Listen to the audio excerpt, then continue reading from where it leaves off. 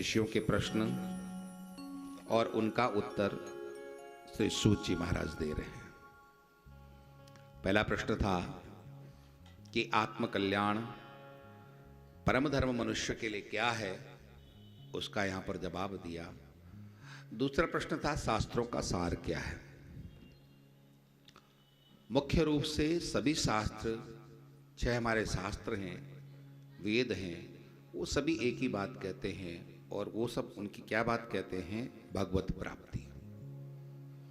बाबा तुलसी ने रामचरितमानस में लिखा है, वेद पुराण संत मत एहो, सकल सुकृति फल राम सनेहो। सभी यही बात कहते हैं कि परमात्मा प्राप्ति, परमात्मा प्रेम, परमात्मा जागृति, ये सब हमारे सभी शास्त्रों का एकमात्र उद्देश्य है। चाहे आप कुछ भी कहते हो, चाहे कोई भी शास्त्र आप पढ़ रहे हैं, चाहे किसी भी आप आराध्य का चिंतन कर रहे हैं, अंत में तत्व एक है। शास्त्र सभी एक ही बात कहते हैं। भगवान शंकराचार्य ने लिखा है, आकाशात पतितम तोयम यथा गच्छति सागरे, सर्वदेव नमस्कारम केशवम प्रतिगच्छति। आपके फिरोजाबाद में पानी बरसे और वृंदावन में पानी बरसे, पानी जाएगा कहाँ? नाले से होते हुए बड़े नाले में जाएगा, बड़े नाले से जाते हुए कहाँ जाएगा? नदी में जाएगा, और नदी से फिर महानदी में, और महानदी से फिर सागर में। अंतिम उसकी गति कहाँ है? सागर। चाहे यहाँ पानी बरसे, चाहे फिरोजाबाद में पानी बरसे, चाहे बद्रीनाथ में पानी बरसे, चाहे काशी में पानी बरसे, कहीं भी पानी बरसे, अंत में उसको जाना वहीं पर। ठीक उसी तरह से शास्त्र, 6 शास्त्र, चारों वेद सभी अलग अलग बात कहते हैं, बातें अलग अलग है, लेकिन लक्ष्य सबका क्या है? लक्ष्य एक ही है। जिस तरह से गौशाला में रहने वाली गाय वो अलग अलग वर्ण की होती हैं, कोई काली होती हैं, कोई लाल होती हैं, कोई सफ़ेद होती हैं, कोई पीली होती हैं, लेकिन उनसे मिलने वाला दूध क्या होता है? सफ़ेद ही होता है ना, कि पीली का पीली होता है, काला का काला, ऐसा तो नहीं होता है ना। उनसे मिलने वाला दूध, वर्ण गायों के अलग अलग हैं, कोई काली है, कोई सफ़ेद है, कोई पीली है, लेकिन उनसे मिलने वाला दूध वो सब सफ़ेद ही होता है। ठीक उसी तरह से हम किसी भी देव का चिंतन करते हैं, वो सब एक ही जगह जाता है। हाँ, ये बात जरूर है, साधन अलग अलग हो सकते हैं। किसी को माला जपने में आनंद आता है, किसी को कथा सुनने में आनंद आता है, किसी को ध्यान लगाने में आनंद आता है। रुचि नाम वैचित्र्यात्, रुचियां अलग अलग हैं, लेकिन लक्ष्य सबका एक ही है। काशी में लगभग 80-82 घाट हैं। आप लोग बनारस काशी गए होंगे, 80-82 घाट हैं। अब गंगा पार उस पार जाना है, तो ये जरूरी थोड़ी नहीं कि एक ही घाट से आप नौका छोड़ोगे तभी आप उस पार जाओगे। 82 घाटों में से किसी भी घाट से नौका छोड़ी जाए और नौका चलाई जाए तो नौका पार जाएगी कि नहीं जाएगी? मुख्य घाट वहां का दशाश्वमेध घाट है। केवल ऐसा थोड़ी नहीं है कि दशाश्वमेध घाट से आप नौका छोड़ोगे तभी उस पार जाएगी, नहीं। उन 80-82 घाटों में से कहीं से भी आप नौका छोड़ते हो, चलाते जाओ, पार चले जाएंगे। ठीक उसी तरह से आप जो भी साधन करते हो, जिस भी शास्त्र का आप सिद्धांत लेकर के और उस साधन पे आप चलते हो, आप निश्चित लक्ष्य तक पहुंचते हैं। साधन अलग अलग हैं और हमारे यहाँ इसीलिए अलग अलग साधन बने हैं। हमारे यहाँ कई प्रकार के देव हैं, क्योंकि हमारी मति अलग अलग है। आप यहाँ पर बैठे हैं, सबकी पसंद एक जैसी है क्या? नहीं है। किसी को मीठा पसंद है, किसी को तीखा पसंद है, किसी को नमकीन पसंद है, किसी को चटपटा पसंद है कि नहीं है? है ना? सब एक ही जैसे हैं क्या? नहीं है, अलग अलग हैं। तो जब सबकी रुचि मति अलग अलग है, इसी हिसाब से हमारे यहाँ देव भी अलग अलग है।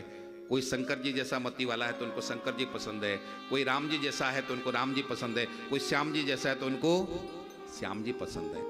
अन्य जगह नहीं है। इस्लाम कहता है कि एक अल्लाह, तो मानो उसी को, चाहे तुम कैसे भी हो, बस उसी एक ही तरफ जाना। ईसाई कहते हैं कि एक गॉड, तो आप उसी तरफ जाओ। लेकिन हमारे यहाँ देखो कितनी सुविधा है। आपको राम जी प्रिय है तो आप राम जी को मानो ना। आपकी मति राम जी के स्वभाव से, शील स्वभाव से मिलती है तो आप राम जी को मानो। आप शंकर जी के शील स्वभाव वाले हैं तो शंकर जी को मानो। हनुमान जी के शील स्वभाव वाले हनुमान जी को मानो, देवी जी के शील स्वभाव वाले हो देवी जी को मानो। हमारे यहाँ वही हिंदू ही हैं। कोई देवी जी के यहाँ जाता है कश्मीर में, माँ वैष्णवी के यहाँ जाता है, वैष्णव देवी जाता है। कोई हम भगवान शंकर के होते हैं, वहाँ भी भीड़ लगती है। सब हम लोग अपने ज्योतिर्लिंगों में जाते हैं। अयोध्या में भीड़ होती है राम जी के मंदिर में, राम जी को मानने वाले, श्याम जी मानने वाले वृंदावन आते हैं। रुचि नाम वैचित्र्यात्, रुचियां अलग अलग है और उसी हिसाब से हमारे यहाँ देवों का निर्माण है। जैसे आपकी रुचि है उसी हिसाब से देव। लेकिन एक बात जरूर करें आप, एक दूसरे की निंदा नहीं।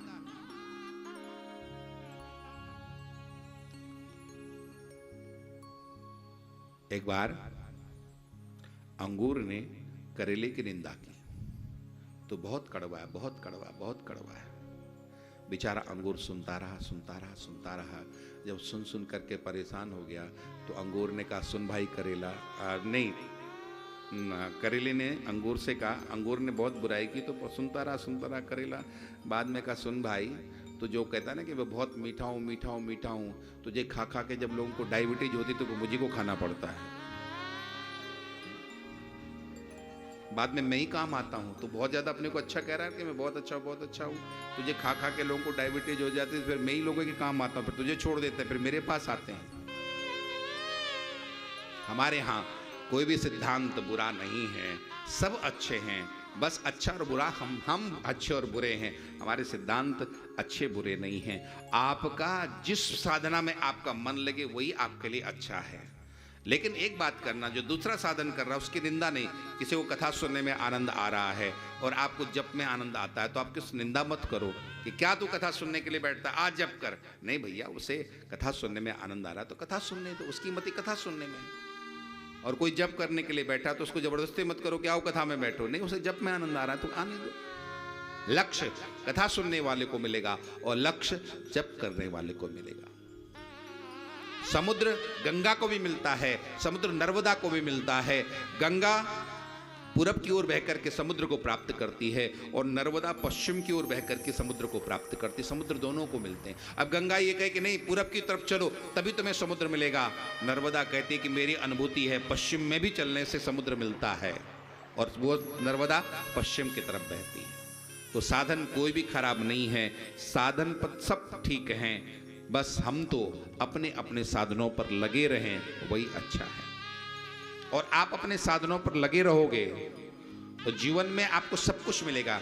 ज्ञान भी मिलेगा, भक्ति भी मिलेगी, वैराग्य भी मिलेगा, तीनों मिलेंगे। आप ज्ञान मार्गी हैं, अपने ज्ञान पर लगे रहो तो वहां वैराग्य भी आ जाएगा, भक्ति भी आ जाएगी। आप भक्ति मार्गी हैं, अपने मार्ग पर लगे रहो, आपके जीवन में ज्ञान भी आ जाएगा और आपके जीवन में भक्ति भी आ जाएगी। मीराबाई भक्ति मार्गी थी, हम सब जानते हैं। मीराबाई को कौन प्रिय था? कृष्ण प्रिय थे मीराबाई। मीराबाई भक्ति मार्गी थी और मीराबाई की भक्ति मार्ग में आगे आगे आगे बढ़ती चली गई। शिखर पर पहुंची तो मीराबाई ने वहां पर एक पद लिखा था और उस पद में मीराबाई ने कहा, मेरे जीवन में ज्ञान भी आया, मेरे जीवन में वैराग्य भी आया और मेरे जीवन में भक्ति भी आई। मीराबाई ने क्या लिखा था? मेरे तो गिरधर गोपाल, ये क्या है? ज्ञान है। मेरे तो गिरधर गोपाल, ये क्या है? अहम ब्रह्मास्मि। मेरे तो गिरधर गोपाल, ये ज्ञान है। दूसरो न कोई, ये वैराग्य है। मेरे तो गिरधर गोपाल, दूसरो न कोई, और जाके सिर मोर मुकुट, मेरोपति सोई, ये भक्ति है। तो तीनों आ गए कि नहीं आ गए? भक्ति मार्ग पर आगे आगे चलते जाओ तो वहां पर वैराग्य भी आएगा, वहां पर ज्ञान भी आएगा। ज्ञान मार्ग पर आगे बढ़ते चले जाओ, वहां पर भक्ति भी आ जाएगी, वहां पर वैराग्य भी आ जाएगा, सब कुछ आता है। जिस तरह से भोजन करने पर आपको तीन चीजें मिलती हैं, तुष्टि, पुष्टि और क्षुधा निवृत्ति। आप बहुत ज्यादा भूखे हैं, आप चला नहीं जा रहा, आपको इतनी कमजोरी हो गई, भोजन करने के लिए बैठते हो, जो आप और खाते जाते हो, तुष्टि भी मिलती है, पुष्टि भी मिलती है और भूख भी समाप्त होती जाती। तीनों काम एक साथ होते हैं कि नहीं होते हैं? तुष्टि भी मिलती है, पुष्टि भी मिलती है और क्षुधा निवृत्ति भी होती चली जाती है। उसी तरह से भजन के प्रत्येक क्षण में ज्ञान, भक्ति और वैराग्य तीनों आपको मिलते चले जाएंगे, अलग से कुछ भी करने की आवश्यकता नहीं। तो शास्त्रों का सार भगवत प्राप्ति है, आत्म प्राप्ति है, ब्रह्म प्राप्ति है, ये शास्त्रों का सार है। तीसरा प्रश्न था कि भगवान का अवतार क्यों होता है। भगवान के अवतार का मुख्य हेतु है अपने भक्तों का कल्याण करना। राम जी ने कहा, बाबा तुलसी ने लिखा, राम जी विभीषण से कहते हैं, हे विभीषण, जानते हो मैं क्यों आया हूं इस धराधाम पे? तुम सारिखे संत प्रिय मोहे, दरहु देह नहीं आन निहोरे। तुम्हारे जैसे भगवत भक्तों के लिए मैं यहां आता हूं, और कोई अन्य कारण नहीं मेरा आने का। गीता में भगवान कृष्ण ने कहा था, परित्राणाय साधूनाम विनाशाय च दुष्कृताम। मेरे यहां आने का मुख्य कारण क्या है? परित्राणाय साधूनाम, साधुओं को सुख देने के लिए मैं यहां पर आता हूं, और दुष्कृताय विनाशाय च दुष्कृताम, ये सेकेंडरी काम है मेरा। दुष्टों का दमन करने के लिए मैं आता हूं, ये मेरा बाद का काम है, लेकिन पहला काम मेरा क्या है? साधुओं का प्रेम देना, साधुओं का कल्याण, ये मेरा पहला काम। आप यहां पर इस आश्रम में आए हो, वृंदावन में आए हो, काय के लिए आए हो? कथा सुनने आए हो ना? काय के लिए आए हैं? कथा सुनने के लिए आए हो। अब कथा सुनने के लिए आप साथ ही साथ आप शॉपिंग भी करते जाओगे, तो यहाँ शॉपिंग करने थोड़ी नहीं आए थे, यहाँ आए थे किस लिए? कथा सुनने के लिए। तो यहाँ आए तो सोचा कुछ ठाकुर जी के लिए यहाँ से ड्रेस इत्यादि भी लेते चले जाए। अब आप उसके लिए नहीं आए हो, आप मुख्य रूप से कथा सुनने के। ठीक उसी तरह से भगवान भी यहाँ पर आते हैं तो अपने भक्तों का कल्याण करने के लिए आते हैं। ये राक्षस मारना तो उनका फिर ऐसे काम हो जाता है, कोई बात नहीं, आए तो ये काम भी करते चले जाएं।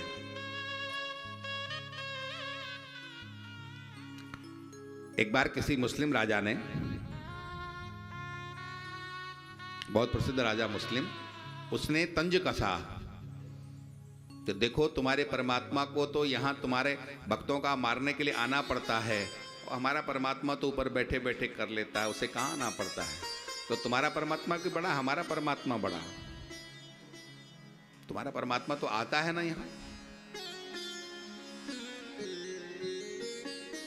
तो कहते हैं कि एक बार यमुना जी में नौका विहार कर रहे थे और मौका मिल गया बीरबल को, और बीरबल ने एक उन्हीं के बहुत प्रिय बेटे का मोम का पुतला बनाया, और राजा जा रहे थे, राजा का जब नदी में डाल दिया और चिल्लाए, अरे आपका बेटा गिर गया नदी में। राजा ने तत्काल छलांग लगाई, और जब वहाँ बेटे के पास पहुँचे तो देखा ये तो बेटा नहीं, ये तो मोम का पुतला है। डांटा, ये क्या मेरे साथ मजाक कर रहे हो? कहा मैं आपके उस प्रश्न का जवाब दे रहा हूँ जो आप कह रहे थे कि हमारा भगवान क्यों आता है। आपके नौकर चाकर यहाँ पर सब बैठे थे, लेकिन अपने बेटे को जब आपने डूबता हुआ देखा तो नौकर चाकरों को आवाज़ दी क्या? नहीं ना। आप स्वयं बचाने के लिए कूदे कि नहीं कूदे? उसी तरह से हमारा परमात्मा भी जब देखता है कि मेरा बेटा, मेरा भक्त जब दुखी है, तो वो किसी अन्य अपने नौकर चाकरों को नहीं भेजता है, स्वयं बचाने के लिए इस धराधाम पर अवतरित हो जाता है। जब जब होई धर्म के हानि, बाढ़ही असुर अधम अभिमानी, तब तब प्रभु धरि विविध शरीरा, हरई कृपा निधि सज्जन पीरा। परमात्मा सज्जनों की कृपा पीड़ा को हरने के लिए, सज्जनों का कल्याण करने के लिए यहाँ पर आते हैं।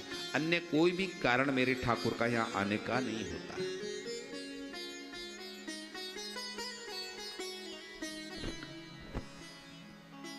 पांचवा प्रश्न था, भगवान के अवतार कितने हैं? वैसे हमारे यहाँ 24 अवतार मुख्य रूप से माने गए हैं, और ये 24 संख्या बहुत महत्वपूर्ण संख्या है।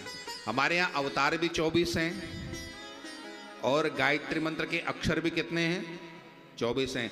और दत्तात्रेय ने जो गुरु किए थे वो भी 24 हैं। और ऐसा माना जाता है कि दत्तो भी हमारे यहाँ 24 हैं, और जैनियों में जो तीर्थंकर हैं वो भी 24 है। 24 बहुत महत्वपूर्ण शब्द है, तो हमारा अंक है। तो हमारे यहाँ भी 24 अवतार हैं, और वैसे अनंत अनंत अवतार हैं भगवान के। वेद कहता है कि जहां भी देखो वहीं परमात्मा को तो अवतार ही, अवतारी अवतार तो है। जितनी भी सृष्टि है उसके रूप में भी परमात्मा ही है। हम सब परमात्मा के ही रूप हैं, इसलिए भगवान अनंत अनंत अनंत है। लेकिन मुख्य रूप से भगवान के 24 अवतार हैं। पहला अवतार भगवान का कौन सा है? सनत, सनंदन, सनातन, सनत कुमार, ये 4 ऋषियों के रूप में भगवान का पहला अवतार है। और इनका जीवन आप देखें कैसा इनका जीवन है। हमारे यहां शास्त्रों में लिखा है, सदा बैकुंठ निलया हरि कीर्तन तत्परा लीला अमृत सोनुमुक्ता कथा मात्रेक जीविनः। ये पहला अवतार है। और जीवन इनका कैसा है? सदा बैकुंठ निलया, हमेशा भगवान के चिंतन में निमग्न रहते हैं, हमेशा कीर्तन करते रहते हैं और हमेशा कथा सुनते रहते हैं। चिंतन कब होता है? जब आप अकेले बैठे रहते हो तब क्या होता है? चिंतन होता है। क्या होता है? आप सब लोग नहीं बोलते हो। जब आप अकेले बैठे रहते हो तब क्या होता है? अब ये बात अलग है कि भगवान का होता है कि दुनिया का होता है, ये बात अलग है। लेकिन अकेले बैठे होते तो चिंतन चलता है कि नहीं चलता है? आपका दुनिया का चलेगा, जो भगवत भक्त होगा उसका किसका चलेगा? भगवान का। ये अंतर जरूर है। तो अकेले जब बैठे हो तब चिंतन, और 2-4 लोग बैठे हो तो कीर्तन, और जब समूह बैठा हो तो क्या होना चाहिए? फिर कथा होती है। समूह में कथा, 2-4 लोगों में कीर्तन और अकेले में चिंतन। तो ये सनकादिक ऋषि जब कोई नहीं हो तो बैठ करके चिंतन करें, जब कई लोग हों तो बैठ करके कीर्तन करें, और जब समूह दिखाई दे तो वहां भगवत कथा हो। सदा वैकुंठ निलया हरि कीर्तन तत्परा लीलामृत रसोन्मत्ता कथा मात्री क जीविनः, हमेशा कथा सुनते हैं। और जो हमेशा भगवत चिंतन करता है उनके जीवन का कैसा वो स्वभाव हो जाता है उनका कि जो भी परिस्थिति आती है उस परिस्थिति को वो सहज स्वीकार करते हैं। ये भगवत चिंतन की सबसे बड़ी विशेषता है। भगवत कृपा इसमें विशेष ये मिलती है कि प्रत्येक परिस्थिति को वो कृपा मान करके स्वीकार करता है।